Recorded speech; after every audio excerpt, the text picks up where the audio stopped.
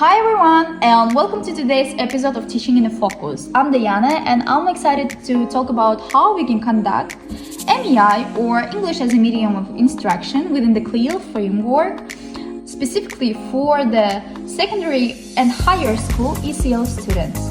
In today's episode, we are going to cover 5 things. The first one, what MEI and CLIL are and how these two of the things can work together for both content learning and the language acquisition. The second one is actually about the strategies for integrating 4 skills.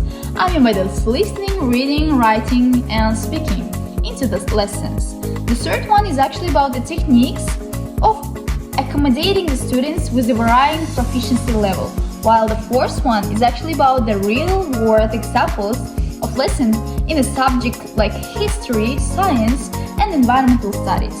And finally, we're going to reflect on the challenges and benefits of using MEI in the CLIL framework. Let's dive right in. Let's talk about the MEI in the CLIL framework. And what is the MEI and the CLIL at all? So MEI, or English as a Medium Instruction, involves learning the content in English rather than the student's native language, while the CLIL use this one step for combining subject teaching with the language developing goals. So beauty of this MEI in the CLIL framework is that it works for the dual purpose. Students are not just memorizing all the things and just learning the content, they're also developing their English in a real world situations. How it works? For instance, when teaching the science, students are not just memorizing the term, but they are also using this kind of English skills for writing the hypothesis and describing some processes and for giving the result. This dual focus approach prepares students for the real-world communication, whether it's for international opportunities, whether it's for higher education, and I think it's really helpful for the career advancement. This is a good idea. How we can integrate 4 skills in MEI in CLIL framework? So let's talk about the listening task. We can use authentic resources like podcasts, documentaries, or recorded lectures in a history lesson. For example, we can play a short audio of historical speech and ask students to summarize the main point. While in a speaking task, we can use role plays, debates, or a group discussion. For example, in environmental study class, students might debate the pros and cons of renewable energy resource. And let's talk about the reading task. In a reading task, we can assign authentic materials like new articles, infographic, or subject-specific textbook to encourage active reading by highlighting the key points and creating the concept maps. While for the writing task, we can use some guided tasks like writing the reports, essay, or creating even the stories. For instance, after a science experiment, students should write a lab report detailing the hypothesis, methods, and findings. How is it before? In this way, they're not only learning the English, but also they're not learning the overall content, but they are also improving their English in this way. So it works for the dual purpose. One of the biggest challenges in MEI is varying proficiency level of the students. Here are 3 techniques I found it really effective. The first one is scaffolding, providing the visual aids, glossaries, as sentence started to support the students who might struggle with the academic language. For example, we can give partially completed the flow charts for the science process that students need to fill in. Let's talk about the flexible grouping. We can just group or give the students for working in a pair of different proficiency levels for the peer supports or groups similar levels together to focus on a specific needs. In a group project, higher level students should present the findings, while the lower level students focus on the data collection, and it will be helpful for both of them. And the last one, tiered activities, so they can create the task at varying the level of complexity.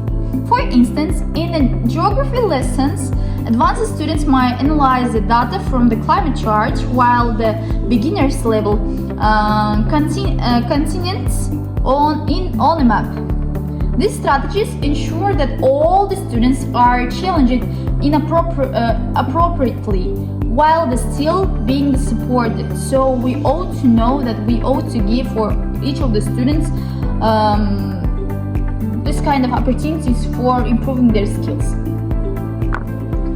Let's review VR, and we are going to talk about the real-world examples. Let's bring this concept to life with the real examples. I've created 3 examples. The first one is a history lesson, the second one is a science lesson, and finally we're going to talk about the environmental studies lesson. History lesson topic will be in this way: the Industrial Revolution. Activity, we can show students an infographic about the key inversion.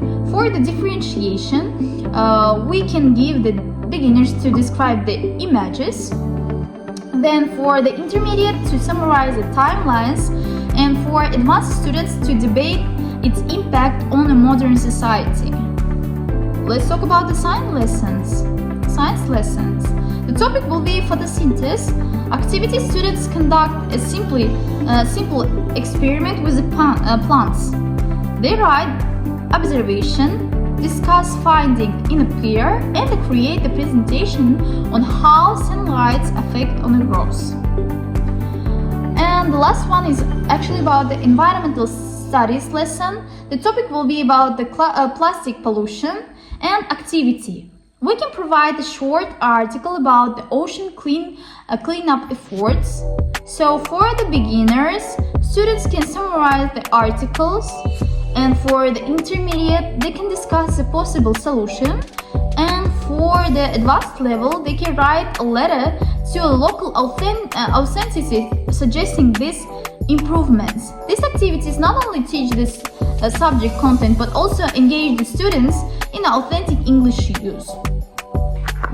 And finally, let's make the reflection about the challenges and the benefits of MEI and the CLIL framework. So, challenges, I found 2 challenges. The first one is actually about the balancing language in the content can be taught, especially for the students for the lower proficiency levels. And the second challenge is actually about the teachers. They can invest extra time in the presentation. I mean by this, it's really time consuming. But we have also the benefits. So the students build academic language skills alongside subject knowledge, and also it fosters critical thinking and prepares students for the global opportunities. We're not talking about just one lesson, we are going to talk about the research, about the global opportunities, and about giving the solution for the global problems at all.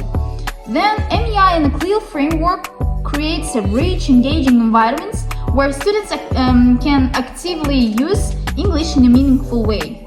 While it may require the efforts and creativity, the outcomes are well worth it. So even though I really love this MEI in the CLIL framework, because I think it's really helpful for the teachers to teach students in a different way, and to teach English in an interesting way, and to teach English for giving the students a global opportunities. I mean by this, they can use this kind of skills for the future, for their careers, or even for making some research.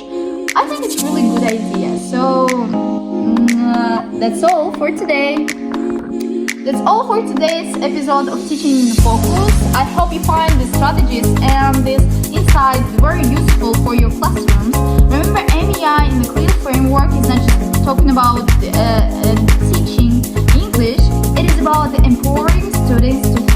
globalized world. Thanks for the listening and stay tuned for more tips and strategies. And don't forget to share your thoughts and questions with me. I'd like to hear from you. Bye bye!